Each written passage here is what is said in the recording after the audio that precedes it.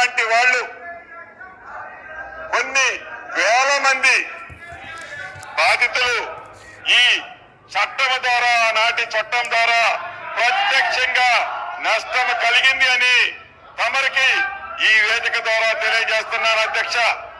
అధ్యక్ష,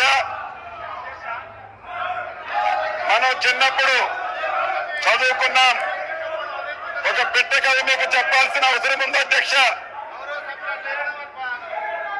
2 పిల్లులు రొట్టె కథ ఈ ధరణిలో ఉంది.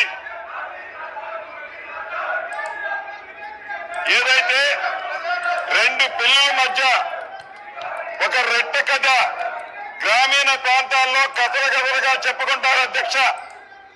ఆ కథ ఏంటంటే, ఒక రొట్టె ముక్క, 2 రొట్టె ముక్కలు ఉంటాయి అధ్యక్ష.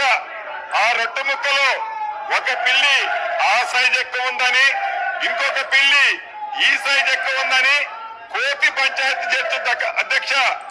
చివరికి 2 పిల్లుల్ని కాదని ఆ 2 రొట్టె ముక్కలని ఆ కథలో కోతి తిన్నట్లే ఈ ధరణి కాన్సెప్ట్ ని పెట్టి తెలంగాణ రాష్ట్రంలో ఉండే దళిత, గిరిజన, మైనారిటీ, బీసీల వేలాది ఎకరాల భూములని ఆనాటి పెద్దలు కోతి సామెతలాగానే తన్నుకుపోయారు అధ్యక్ష.